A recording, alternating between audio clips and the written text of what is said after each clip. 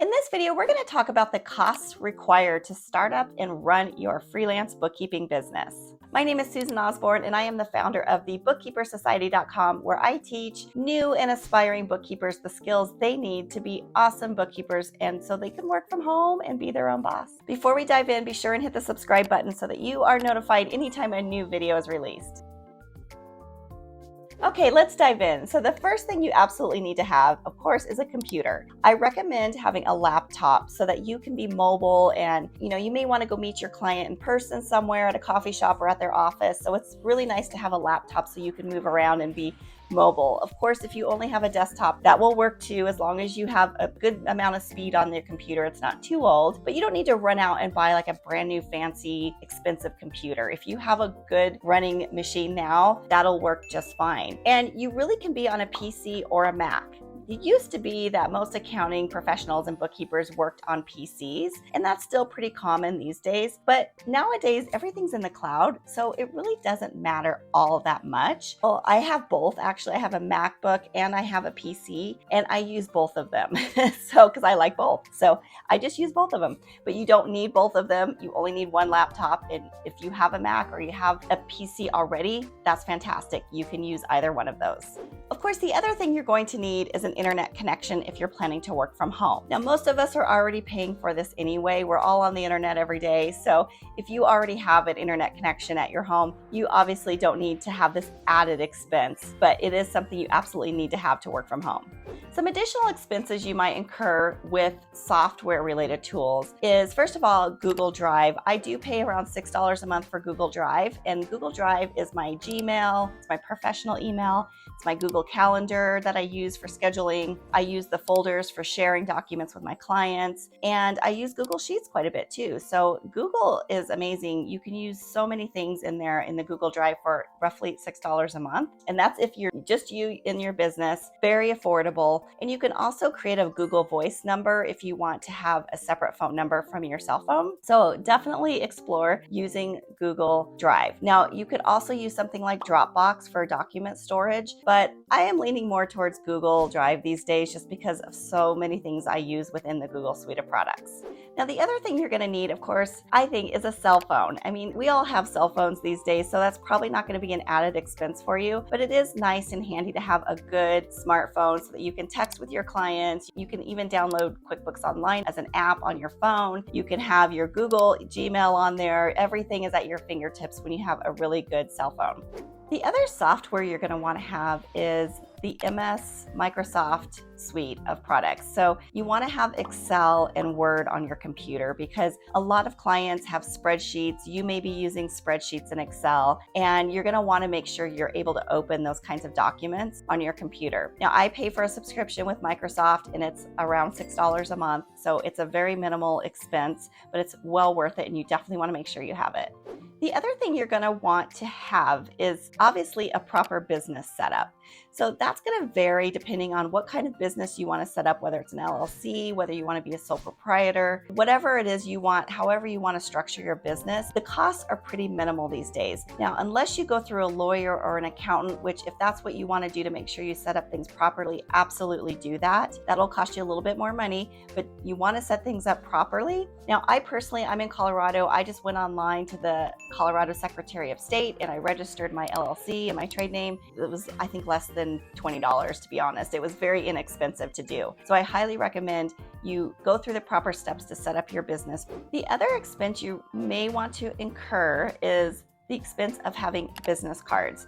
I recommend having business cards, even though you may think, well, that's just so last decade. But the truth is, when I go to networking events, people still ask me for my card, and I'm always kind of embarrassed when I don't have any on me. So you want to have some business cards so that if you're at the hair salon and someone asks what you do, and you're like, oh, I have a bookkeeping business, here's my card. They may want to pass it on to somebody else, or they may just want to take a picture of it on their phone. But it's just good to have business cards because people still exchange business cards, and it's a minimal cost cost, you can go on to Vistaprint and order some cards, or even in Canva. If you want to design your business cards in Canva, you can print them right through Canva as well, and it's not terribly expensive. The other non-negotiable expense that you want to make sure you're planning for are taxes. Now, taxes are one of those things none of us can escape. You're going to have to pay taxes in your business, so you want to make sure you're setting aside, I would just estimate roughly 30% of your income from your clients. Set that aside for tax day, because you're going to need to pay taxes come tax time. Now, as you grow, you may start paying estimated tax payments. I'm not going to get into a great detail of that in this video, but I do want you to just be aware that you're going to have taxes that you're going to have to pay as a self-employed business owner. So set aside about 30% of your income so that you're prepared when it's time to pay taxes. Another must-have cost is insurance. I definitely recommend you go get insurance. Now, you could work without it. I just don't recommend it. It's not a terribly expensive startup cost for you. I pay around $25 a month for professional liability insurance. Now, it's just me and my business. I don't rent an office. I don't have employees. So you don't have to go spend thousands and thousands of dollars on insurance, but I do recommend getting a professional liability that covers you with E&O, which is errors and omissions insurance, just to cover you in the event of somebody accusing you of something. I mean, it's so rare. It's never happened to me, but it could happen, and you just want to make sure you have that insurance covering you in the event that that were to happen. All right, the last thing that I consider a non-negotiable, unless you already have the skills to be a bookkeeper, is education. You want to invest in your education so that you are prepared and confident and knowledgeable when you go out and start working with clients. Now, that doesn't mean you have to go out and spend thousands and thousands and thousands of dollars on a college degree. That's not at all what I'm saying, but you do want to make sure you're taking courses that will help you become educated and understand what you're doing as a bookkeeper. That is something I provide. I do have some courses that I provide. If you want to click over to thebookkeepersociety.com and check those out, you can see what is offered there in terms of learning how to do the bookkeeping skills. It's well worth the investment, because once you get out there working with clients, you could make up that investment cost within a month or two. So it's well worth the cost. You want to make sure you understand so that you can provide that much more value to your clients. Okay, so some nice to have expenses, but not absolutely required, would be paying to have a website created, or creating your own website and paying for that. I don't think that's something you absolutely have to have when you're first starting out as a freelance bookkeeper. It is nice if you're creating a brand and you're creating a business. Obviously, you're going to want to have a website at some point, but I would not go out and spend a bunch of money having somebody create a fancy, slick website for you. Because to be honest with you, most of your first clients are going to come from word of mouth and from your network. I want you to leverage the people you know in your community, in your friend groups, in your family, to get those first few clients, and then word of mouth is going to just start happening. So I wouldn't feel like you have to go invest in a big fancy website. It's just not something you need to do. Now, certainly you may want to throw up a website at some point, but you can do it very inexpensively. If money is tight and you're on a budget, don't worry about that just yet. Some other costs that could be associated but not required would be joining some professional associations in your local community, and maybe like the Chamber of Commerce in your town. Those can be a little pricey, so I would just do your research and see what makes sense for you. It's not something you have to do again in the beginning, because again, I really promote leveraging your personal contacts to get your first few clients. And so you might do that first, but definitely look into those kinds of things, local networking events, just communities where your ideal client might be hanging out. Look into those kinds of things. There might be some fees to go to a networking event. Sometimes I've paid fees just for like a dinner where there's some networking going on. So there might be some little fees here and there, but certainly don't feel like you have to go out and join a bunch of expensive associations or chambers right when you're getting started. Okay, another just couple nice to haves, which I guess I could probably throw this in the must have, but it is optional, is a second monitor. I use my second monitor at home all the time. So I have my laptop screen, then I have a second monitor that I plug into my laptop so that I have two screens when I'm doing accounting work. And it's really helpful if you have a spreadsheet up over here and you've got your QuickBooks account up on the other screen. It just kind of makes you able to work a little bit faster and more efficient. And remember, time is money money when you're working as a freelancer. So anything that can help you be more efficient, I feel like is a really worthwhile investment. So you might look at just getting a simple monitor that you can order off Amazon or get at Walmart and just plug in so that you have that second monitor there when you're working at home.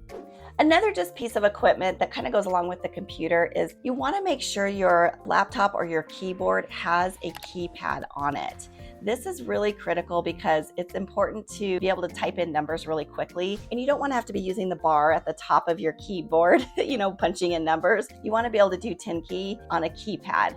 So if your current computer does not have that, don't worry. You can actually buy them off Amazon and plug them into your laptop, or some of them Bluetooth in, and it's really nice. They're not terribly expensive. If you're on a Mac, they might be a little bit more expensive, as Mac products typically are a little bit more expensive, but if you're on a PC, you can just buy one off Amazon for pretty cheap, and it's just worthwhile, and it will save you a lot of time. And again, we're all about being efficient and saving time because we don't want to be spending a lot of time working on things that, we could be making more money if we're working more efficiently. Okay, so those are the basic expenses that you need to get started as a freelance bookkeeper. Now, we're not talking thousands and thousands of dollars every month. It's pretty minimal to get started, and your monthly ongoing expenses really could be less than, $100 or so. You can really keep your expenses low. Now, you might have some initial costs, like I said, if you have to go out and buy a computer or buy maybe a monitor or spin up some insurance. But again, that monthly cost is pretty minimal, and you can start making money as a freelancer right away. Like literally, you could go out, and once you have the skills and the education, you could go out and be working with a client right away to recoup those costs. So it's very affordable to get started. I hope you've enjoyed this video. Be sure and click below to download my Getting Started checklist that will actually spell out a lot of these things we talked about in this video so that you can check them off as you get started in your freelance bookkeeping business.